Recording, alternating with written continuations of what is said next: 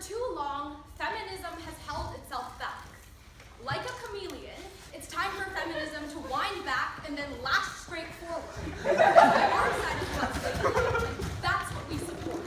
As your first speaker, I'm going to be going into 2 points, but before I get into that, let's get into model. Let's truly talk about what we're talking about today. In this debate, this house would be the world. On our side of the house, we stand for male characters being rewritten with female narratives. We would tell you that we want the same story, but we think that there should be, if the problems that women face should also be regarded and should be reflected into these stories. We're going to be proving to you that rewriting brings benefit to social movements. Let's get into my first idea about role models for feminism, 2 subpoints. First, let's analyze how women are portrayed within the status quo. When you have fictional characters, ladies and gentlemen, we would tell you that even if these women are strong, even if they're women like Wonder Woman, for example, we would tell you there are many problems. They're seen as very feminine, oftentimes they're very over-sexualized, ladies and gentlemen, and they're shown as characters that need a man to be successful. We think that this isn't what feminism is about, ladies and gentlemen, because women and men should be regarded as equal, and women shouldn't be seen in a way that often objectifies them. We would tell you that that is the problem within the status quo. But how are males viewed within the status quo? We would ultimately tell you no thank you. You have males that are viewed as strong and as dominant, as people who actually don't need anyone else, and they are heroes, and they are glorified. The big problem we see within the status quo, ladies and gentlemen, is that you don't have enough, say, female characters within, the status quo, and we think this is a huge problem. But why do these characters have to uniquely be characters that used to be men? We want to show, ladies and gentlemen, that women can be masculine, because oftentimes within the status quo, women have to be seen as feminine. They have to be, soft-spoken. They have to be shy. But that's not what feminism is about. Women can be strong and they can be empowered. We stand for that on side proposition. What are the impacts when you follow through no thank you with side proposition? 2 impacts. First, we would ultimately tell you that now young women have icons to look up to in pop culture, ladies and gentlemen. We think this is especially powerful because these women are no longer going to be maybe over-sexualized. We think that these are the kinds of women who are going to be strong, they're going to be dominant. We think that that is a very good thing for feminism because what feminism wants is for men and women to be equal. We would tell you they are going to be represented equally. But second, no thank you. This will also prove to the rest of society that women and females can have strong values. They can be heroes and they can have superpowers just like men can within storybooks, ladies and gentlemen. We would tell you our side of the house, the benefit you have is you challenge the fundamentals of sexism. Because on our side of the house, not only are we having more female characters as a whole, but specifically we would tell you that these female characters can be masculine. They can show different facets of who women are, because we think that women within the status quo are often seen as one-sided. Women are multifaceted. Let's get into the second idea about why ultimately we think this is most effective. Before I get into that, sure. What on earth was submissive about Furiosa, who was a woman with a bionic arm that killed everyone around her to survive? Okay, thank you. Okay, Furiosa, for example, is one example. We don't see this to be the majority of cases within society, ladies and gentlemen. We don't see that most, for example, in the Avengers, most of the main characters are men, ladies and gentlemen. That is still the status quo.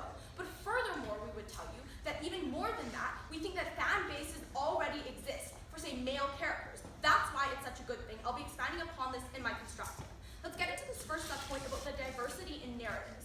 Ladies and gentlemen, we would tell you that female lead characters can now talk in a feminine context. They can actually take on these personas within a feminine context, and no thank you. We would ultimately tell you this is a good thing for the reason that we think that women face problems that men don't face, and so we would have women with the same superpowers, but they would also be able to reflect and show, problems that only women face. For example, if Thor were rewritten, we don't know that a female Thor, she might face sexism from her father, for example, and we think that this is a huge benefit on our side of the house because we also show that there can be a diversity in narratives.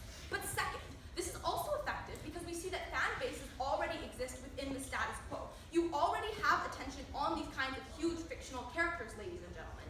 So basically, the benefit you get when you rewrite these characters is you already have a fan base with a good launching. We think that a huge reason why characters are popular is because they show really great traits. It's because, no thank you, they're very relatable. We think that when you actually draw and reinterpret these characters as women, that same thing will happen. These fan bases who already buy into, say, the male Thor, can now buy into the female Thor. The benefit of this, we would tell you, is more popularity. Because Thor is already such a popular character, when the female Thor comes out, we would tell you that this kind of persona, who she is going to actually be shown to more of society. No, thank you. We would tell you this is a beneficial thing. But third, we would tell you that gender is fluid, ladies and gentlemen. You are not solely, in all cases, just a boy, just a girl. We think that individuals can actually have fluidity. In that case, ladies and gentlemen, we would tell you that when a male character becomes a female character, what that shows to the rest of society is that you don't have to just be one gender. The male Thor can exist, and so can the female Thor. Finally, let's look at the biggest impact in the last subpoint, how we help the transgender movement. Ultimately, ladies and gentlemen, it proves to society, when you have a lot of characters that are idolized, that actually changing your genders is something legitimate, is something you may feel. We think this is a huge benefit. We have a status quo where people who are trans face huge amounts of discrimination, ladies and gentlemen. It's harder for them to get jobs, and it's actually, no thank you, harder for them to actually live fulfilling lives because oftentimes they are oppressed by people around them. We think this is a huge problem. No thank you. What do you get on our side of the house, ladies and gentlemen? We would tell you that when you have a man that transitions into being a female, the trans movement now has more fodder to work with. They have more actual mechanism to prove to the rest of society, hey, this is okay. You should still accept me, even though I am of a different gender, because I do still have great qualities to bring. I am not someone that should be looked down upon. We would ultimately tell you that this benefits the trans movement, because currently, there is, more progression for the trans movement, but it's always great to have a really high launching place, especially with a really popular character. Ladies and gentlemen, why does side proposition take the debate today? We've been able to show you this idea of role models for feminism, how more young people need to look up to idols, and how ultimately women are portrayed as weak in the status quo. They are often objectified or over-sexualized, and we see this to be a huge problem. And they're shown as individuals who need a man, or actually or are only allowed to be the supporting characters. Women shouldn't always be the supporting characters because women should be equal to men. But next, we told you this idea about how gender is fluid, how you help the trans movement, but how ultimately, when fan bases already exist, this is just further and a better way to launch feminism. Because I am a feminist, because we support feminism on our side of the house, we are so proud to propose.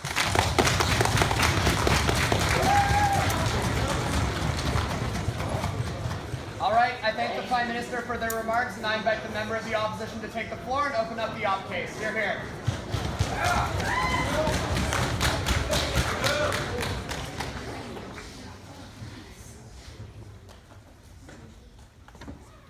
Mr. Speaker, the case we get from side opposition, side government today, is that we need strong female characters. We need female characters that don't depend on men.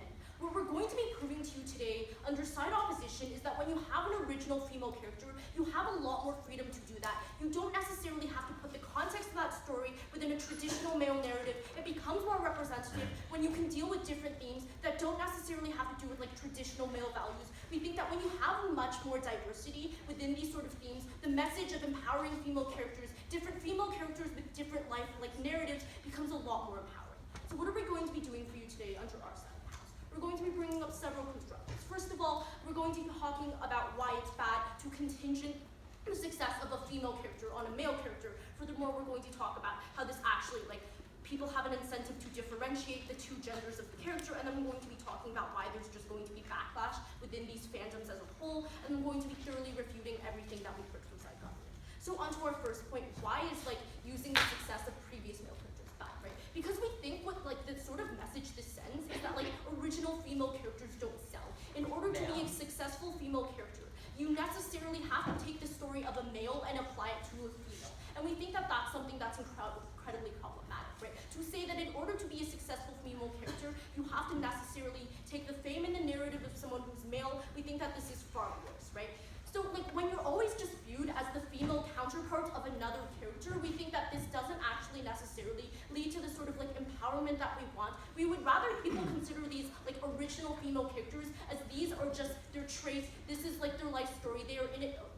That's what they are in and of themselves. They're not just the female version of an already established male character, right? But furthermore, why do we think that this sort of dichotomy between male and female that actually happens when you implement the resolution is bad, right?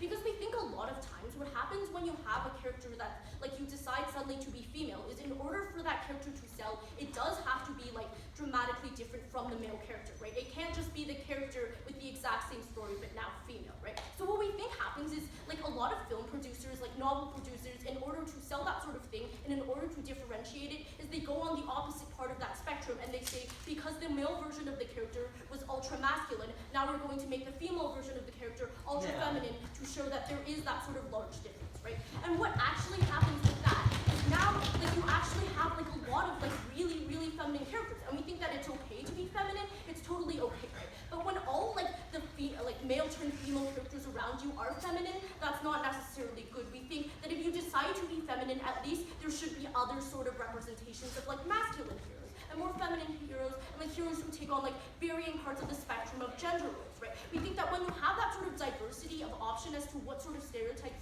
not necessarily stereotypes, but what sort of roles that you choose personally to identify with, we think that this is far better. But furthermore, why does this actually lead to backlash from the fandom, right? So that, like, a lot of what side government talks about is this idea that this is necessarily going to be good because now fandoms, like, now fandoms are going to be like, oh great, it's a female version of a character, right? But what they don't necessarily recognize is a lot of people within fandoms, like, have a rigid view of their characters. They think that because this is the character I imagined when I'm growing up, this is the character that I really like, and this is the character that I'm obsessed with. Any sort of like changing of them is like sort of like any sort of like changing of these characters is necessarily going to be bad, and that's how they view it, right? Like, why are you changing this character I love so much? That's so unnecessary. We think that what happens under this circumstance is that this is going to be far worse. We think that people are more likely to like not like these characters as opposed to their original female characters. We think this is bad, right? Like, an example we have is like when they switch Dumbledore characters like halfway through like the third movie, right? Like, even that was like a transition from like one old white male character to another old white male actor, right? When that causes so much backlash and people say the first Dumbledore will always be the real Dumbledore, even that's like incredibly harmful, right? When you have a drastic change like that, people are going to be unwilling to accept that female character. We think that this is far worse for feminism because people are a lot less likely to connect with that character, right? Let's go into what we heard from side government. So they gave you this idea that these female characters are necessarily going to be incredibly empowering, right? Like, sure, we can concede that, but we don't necessarily think that's mutually exclusive. We think as a society as a whole, we're genuinely trying to move away from these sort of like submissive female stereotypes, right? Like, a lot, like, through original female characters in movies such as like Star Wars or like Mad Max, you show that like female-led stories do sell, right? And we've already proven to you today under our side of the house why, because female-led stories in like traditionally like with a male character receive a lot of backlash, we think that that doesn't necessarily sell as much. Companies are incentivized to make those sort of movies a lot less, right? But we think that that gradual shift happens, so like the benefits under their side of the house are necessarily mutually exclusive.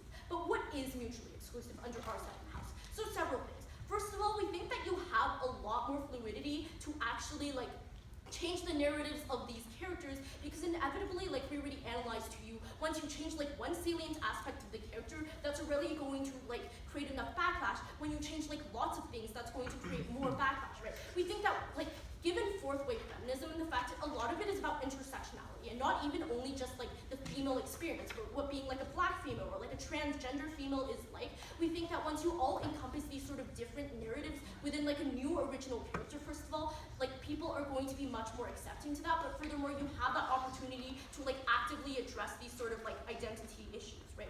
But furthermore, they tell you basically this idea that women are now more likely to have great role models. We think that's great, right? And then they tell you this idea of how this is really great for gender fluidity because it shows that a character could be male or female. So several responses. First of all, we think that that's not necessarily the case. We think like people just view it as the male version of that character and the female version of that character, right? What we think is actually better for representation is if you actively have like a transgender female character or like a gender fluid character as an original female character. Because what that does is not only does it like implicitly show that gender fluidity is okay, you actually like show the struggles of that situation. You help people identify with it more because you're able to actually explore these themes as opposed to just allow people to speculate on these themes. What have we proven to you today under our side of the house? We've proven to you several things. First of all, that like these characters are necessarily going to set a bad precedence because it's going to be viewed as the female version of a male character. Furthermore, why this is going to create enormous backlash, why people are going to be much less likely to be receptive of those characters, but why furthermore these characters are a lot less likely to be representative, why we think we can have much better representation, much better like portrayals in media under our side of the house. We're proud to oppose. Thank you. All thank the member of the opposition for their remarks, and I invite the Minister of the Crown to take the floor and continue the government case. Hear, hear.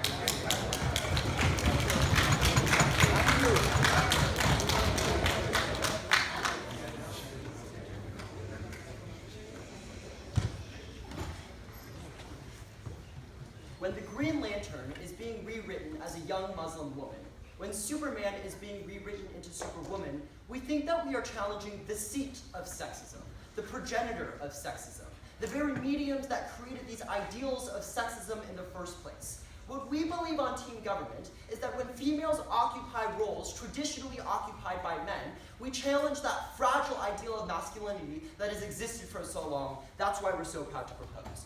Two things are going to happen in this speech.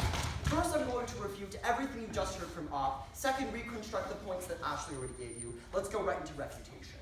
So the first argument that they give us is this idea that this creates a contingency on men in order to women to be successful, right? A number of things here.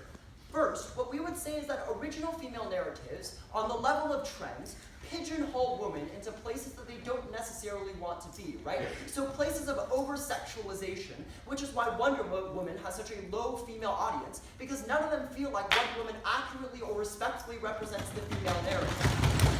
The second what we would say is that the majority of women, even when portrayed as really muscular, like Furiosa, still play a sidekick role to characters like Angel, which, by the way, is Furiosa's leader, right? So we do think that to some extent, female characters are pigeonholed, right? Original narratives don't actually enter the game with the direct incentive of challenging notions of masculinity, right? We do think that rewriting these narratives, however, has that express intent. But second, what we would say is that this actually is like a good thing, right? When women step on men to go into the success, right? This demonstrates that to some extent, men have to create reparations for the harms that they've undertaken in systems of sexism, right? So even if male characters suffer to some extent, that's actually probably a good thing, right? So that's what we support on our side of the house. We're not creating narratives contingent on men. But the last thing to respond to this argument, right, is that at the end of the day, when you create these two narratives, they can split off into different directions, right? Male Thor does one thing. Female Thor, as Ashley modeled for us, necessarily lives a life where the female experience is embedded into it, right? So in its own way, this becomes its own original narrative, right? We take the starting point of popularity, something that's been built up, and we create own original narratives from that. It's not as if we're just copying what the men did. The second argument that they give us is that people are going to start differentiating between the two genders. They brought to this idea that if we go from the extreme of men to women, that's going to endanger women. First of all, what we would say, this actually isn't a harm. If we had a super feminine Thor, that would be a really cool thing, right? Because this demonstrates to us that the king of Asgard, or rather the queen of Asgard, can represent feminine qualities while not necessarily being traditionally masculine, right? So we don't necessarily think that this argument has a negative impact in the first place. Don't weigh it as so. But second, what we would say is that the critical notions of these, basic premises of these stories, like superpowers, stay the same, right? So when it comes to bringing people to one extreme to the other, we would say that's incredibly unlikely, considering that you can't eliminate the superpowers that these individuals have. Going from one extreme to the other would require obliterating the story. That's not a part of today's notion. The third response to this argument is that producers will probably see the popularity of these feminist movements, right? Already in status quo, when we rewrite the narratives like Green Lantern, like Superman, I guess Catwoman was already a woman. What we talk about in today's debate is that producers recognize that popularity, and so they strive to aim for a happy medium that actually promotes the feminist cause, right? That's why we see so many news stories being rewritten right now, as opposed to 5 years ago when that was such an uncommon thing. The last argument that they give us is this idea about backlash. First of all, 1 second please, so what? If really fragile men with conceptions of masculinity are hot and bothered by these stories, we would say that's a good thing. We think it's a really good idea to upset these individuals if they're rooted in such ignorant beliefs. Because to some extent, someone has to upset them. Their own beliefs are upsetting. We need to do something about it. Go. So, if you say that media is so sexist as to pigeonhole women into roles that are created originally, but you also simultaneously say that this media will create amazing, empowering roles for women, how can those two worlds coexist? No, that's not the argument that I made, right? The argument is not necessarily that every form of media everywhere is sexist. Instead, when we create original female narratives, producers can naturally lean towards the side of female stereotypes, right? Because there's no incentive to backtrack and put women into seats that were traditionally masculine, because that was never a precedent that was set by the story in the first place. Original female narratives are twisted and turned so much into these faux narratives of girl power that only promote the idea that, oh, you go through this long journey and then you find a husband at the end of it, that's your conclusion, that's all the success you get. That's the argument, Madam Speaker. We would also say on the level of backlash that this actually is compensated for, right? When we talk about these kinds of things like female fans getting involved, right? Like female fans feeling like they now have a niche in these pop culture movements, we would actually say that the fan base can grow in new directions. So even if all the really fragile men leave the fan base, we still think that there's going to be heightened female and non-male involvement when it comes to these kinds of stories, because they do challenge these kinds of narratives so effectively. But the last thing to recognize about this argument about Dumbledore upsetting Harry Potter fans is they never really gave us an argument as to why this hurts fan bases in the long run, right? We were all really bothered about Dumbledore, and then we got over it, and Harry Potter, the last movie, Part 2, was the most successful film in human history, right? So we don't think that at the end of the day, people's notions are so rigid that they're incapable of accessing narratives after we've rewritten their genders. Let's go to Reconstruction.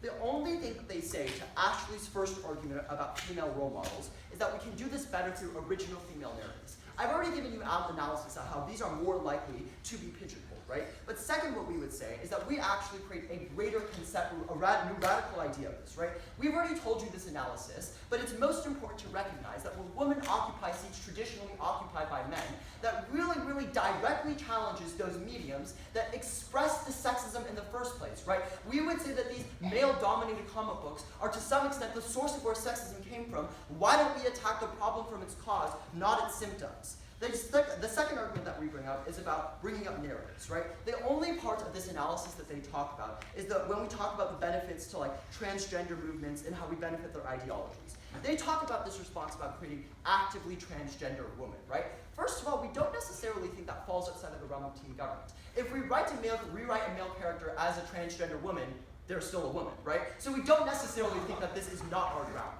Second, what we would say is that at the end of the day, when it comes to these kinds of ideals, it's also really, really beneficial to ideologically challenge the rigid notions of gender that we have, right? So when we take characters like Thor, and then which are we almost always conceived to be male, and then we move them into statuses of female that only are directly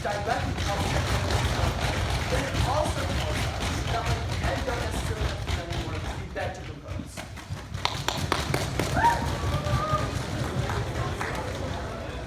All right, I thank the Minister of the Crown, and I now invite the Leader of the Opposition to take the floor and close up the op case with a 10-minute address. Hear, hear.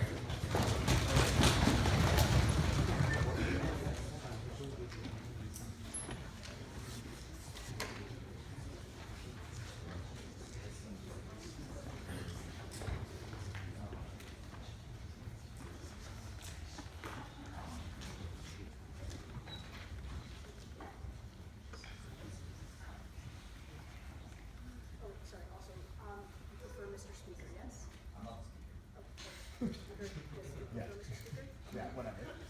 I really don't have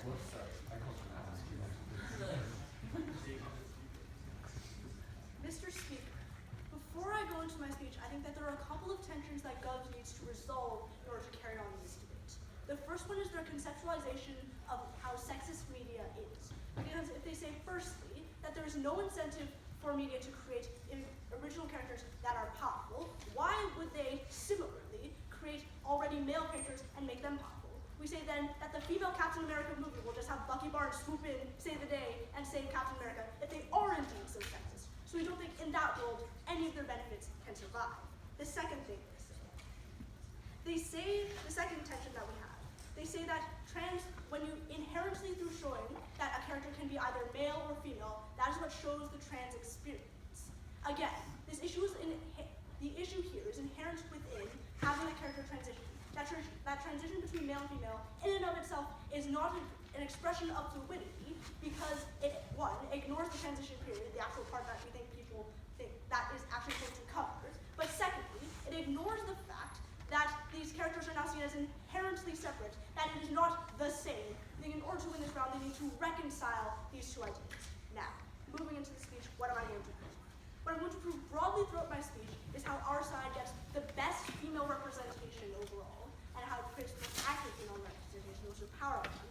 second thing I'm going to talk about is what is better for consuming women in media in the long run. We say on our side, we actually get more women in media long term.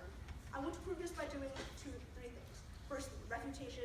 I'm going to show why a lot of their case falls and show you why their benefits can exist on our side. In reconstruction, what I'm going to prove is how with original female characters, you actually have more leeway to create empowerment, not less. Then in terms of themes, I'm going to show you why on the balance of it, our arguments win out. So, refutation.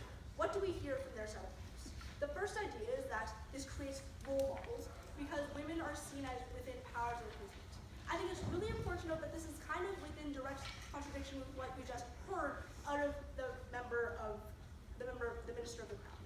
Because if he says that he is perfectly okay with ultra-feminine characters, like taking positions of powers, but the Prime Minister also says that we want women to be strong, to show that they can not really care about makeup, not care about fashion. We think it's either one or the other. Either you want women to occupy spheres traditionally held by men, or B, you want them to be occupied by people who are traditionally feminine. We say, what I'm going to prove in Reconstruction is our side actually has the most diversity on that.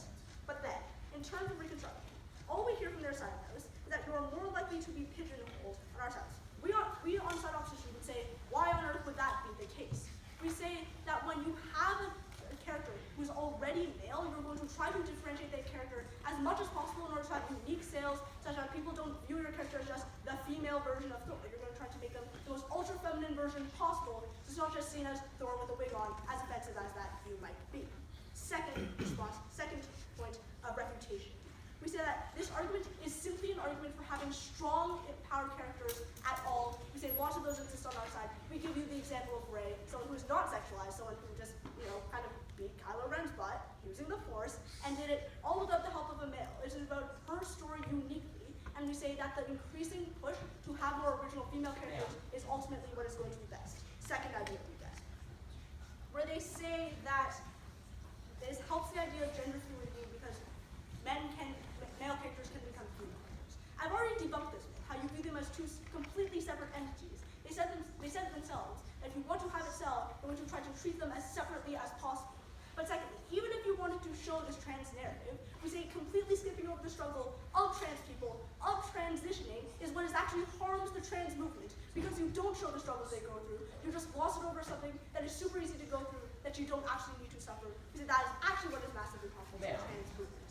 Now, in terms of Reconstruction, what do we get in response to my progress points? The first thing we talk about is why it's really, really bad to have female characters seen as only through the lens of that male character, how you define female character success within male terms. What do we hear in response? What we hear in response is that original characters are pigeonholed. I've already debunked that. The second thing we hear is that they're also going to be pigeonholed because they play a sidekick role. Again, we say that in a world in which female characters are slowly coming to the forefront, and where it doesn't necessarily have to be about one or the other, but a world in which men and women coexist peacefully, such as Finn being able to help Rey can help Finn, we say that that is the best world possible. Because we say creating a dichotomy in which the hero is either female Thor, or a world in which the hero is either male Thor, is the one that is most harmful to feminism. That is the world that perpetuates misandrousness, where it says, oh, this female character hates men, because it's seen as they can be the only one that necessarily shines at that time. They're the only protagonists. We say the modernization of characters and film that is happening right now, where both coexist, both work together to create their goals, is the best world, because it actually shows positive interaction between male and female. I think right now that is one of the biggest problems within modern feminism, where people say it's either A or B. Our world is the world that actually has both. So, the next thing they say is that we think it's really good that men show that they need to be trampled on, that their narratives can be taken over by women. We say, it says, that men are the gateway for women to actually do things. That if a female wants to have a story, a male has to have it first in order for that female to follow. We say on our side of the house, it is much better that a woman explores a completely unique field that shows that women are the trailblazers, not the men. In movies like Pitch Perfect, where women have their own a cappella group, that was a uniquely female narrative in a uniquely female world. I think movies like that are the most empowering because it says that this world is not one run by men, it is not one originally owned by men. We have it, we made it for our own. That is the most empowering. Second thing my partner talked about, how there's actually incentive for filmmakers to try to differentiate these characters as much as possible in order to create sales, in order to actually create a positive perception of this character. What we hear in response is that they are completely okay with having an ultra-feminine form. What we say is that it's in a world in which all characters are copies of male characters, but rewritten to be female. That is when the only characters that exist are pigeonholed and are ultra-feminine. My partner gave you that analysis as to when you differentiate these characters. A lot of the male characters embody a male archetype. For example, Thor is like super buff and big. The female Thor that just came out is a beautiful woman who has an hourglass figure with really long flowing hair.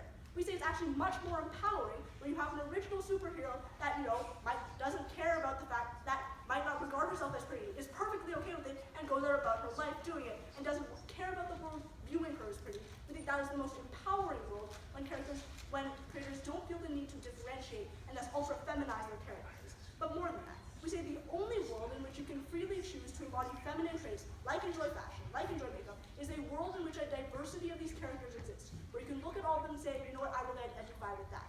A world in which only ultra-feminine characters exist, that is what pigeonholes women. That is what actually takes away femininity as being a strength. That is when you cannot appropriate femininity as being strong.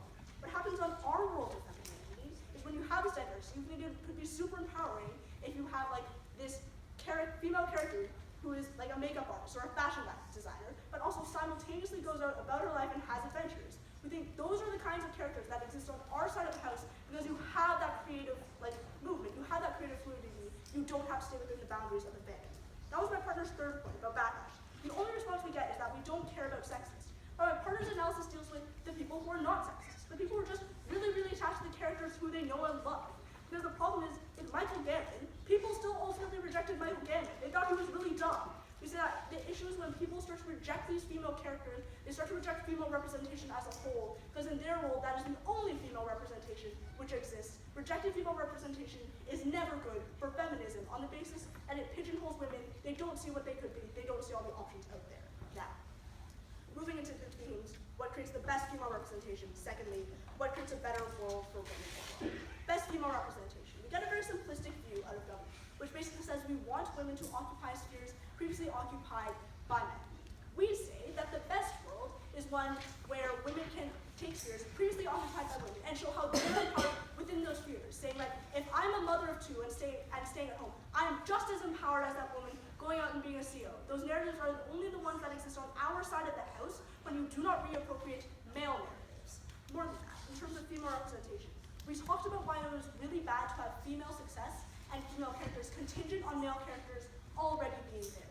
So we say in terms of the most diverse representation, in terms of the best representation, that side is side opposition. Secondly, what's better for women long-term in media? I think it's really interesting that Gov never actually engages with this idea. When we talk about how when there is backlash against fans who aren't just crazy sexist, but just people who are really, really attached to these characters, that they begin to reject these female characters, they start to reject female representation as a whole.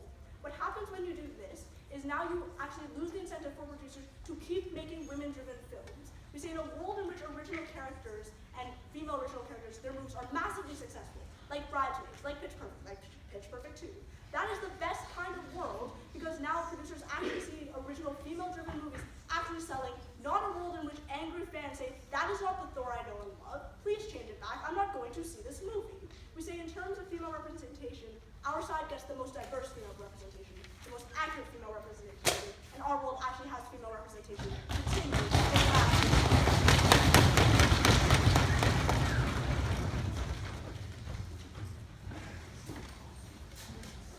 All right, I think the leader of the opposition, and I invite the Prime Minister to return to the floor and close out this entire tournament. Hear, hear.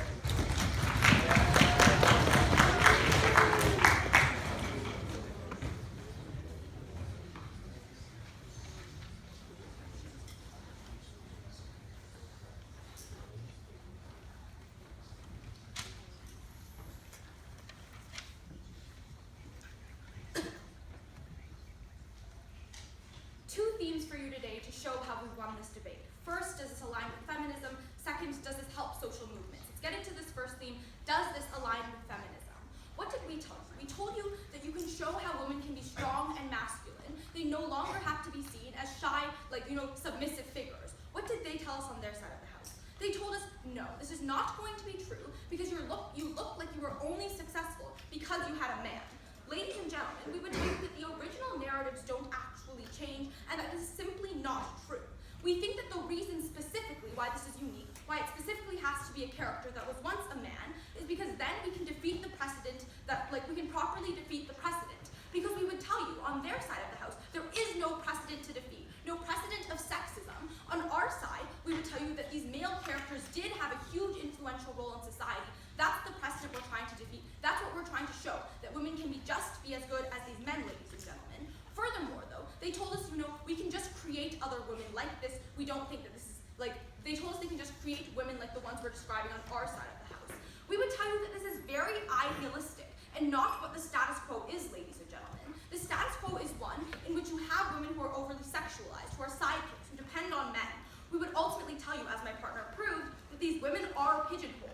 Women should be able to defeat the precedent of sexism. They should be able to show they can be like Thor, they can be like Superman. We think this is so important. Furthermore, they told us, these people are going to be made really feminine anyways. It doesn't really matter. First, as I told you in my first point, we don't necessarily see this to be true. We don't see any reason for them to not follow the same narrative of being strong and manly. But second, we would tell you that we think that even if these women are feminine, but they still have the same powers, they still achieve the same things, are the same heroes, they are equally capable, ladies and gentlemen. Feminism and being a woman is a spectrum. I could be a really feminine woman, I could be a very masculine woman. It doesn't matter. On both sides, we show that feminine women are capable and powerful. On the other, you show that masculine women are capable and powerful as well. No harm there, ladies and gentlemen. But ultimately, my partner told you how producers now, it's more likely that producers are going to be portraying women as more masculine on our side of the house because there's a precedent for them to do so because the male was masculine as well. Second, does this help social movements? We told you it helps the trans movement. It actually helps with people who are gender fluid. They told us we can just make characters like these.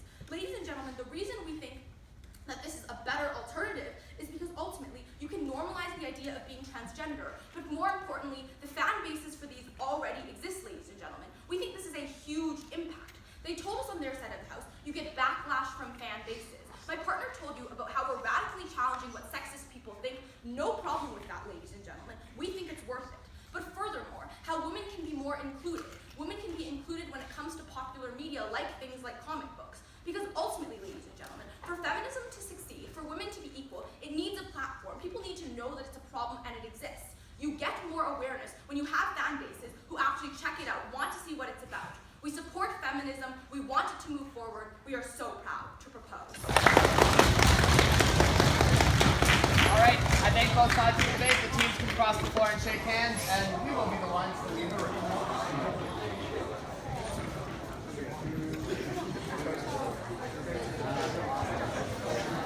Not grade 7.